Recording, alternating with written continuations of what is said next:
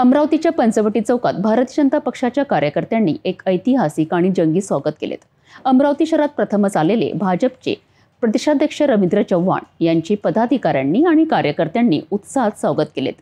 या भव्य कार्यक्रमाला भाजपचे सर्व पदाधिकारी, माजी नगरसेवक, नगरसेविका मोठ्या संख्येने उपस्थित होते। जमलेल्या कार्यकर्त्यांच्या ताफ्याने पोटे कॉलेजपर्यंत पुष्पगुच्छ घेऊन चव्हाण यांचे स्वागत केलेत। शिक्षक मतदारसंघाच्या निवडणुकीत भाजपच्या उमेदवारासाठी कार्यकर्त्यांमध्ये जबरदस्त उत्साह होता। यावेळी भाजपच्या सोनल तिवारी आणि माजी सभापती लवीना हर्षे यांनी प्रतिक्रिया व्यक्त केली। भारतीय जनता पार्टीचा आमदार राहणार आहे। आज आमची शिक्षक मतदारसंघाची संघटनात्मक बैठक आहे आणि त्यासाठी पश्चिम विदर्भाचे 5 जिल्ह्याचे सर्व पदाधिकारी उपस्थित राहणार आहे। त्यांना माननीय प्रदेशाध्यक्ष रवींद्रजी चव्हाण आम्हाला संबोधित करून काही मार्गदर्शन करणार आहे। त्यासाठी आज आम्ही जमलो। येणाऱ्या निवडणुकी आहे स्थानिक स्वराज्य संस्थेच्या, त्या अनुषंगाने सुद्धा महानगरपालिकासाठी भाजपची स्थिती काय राहणार?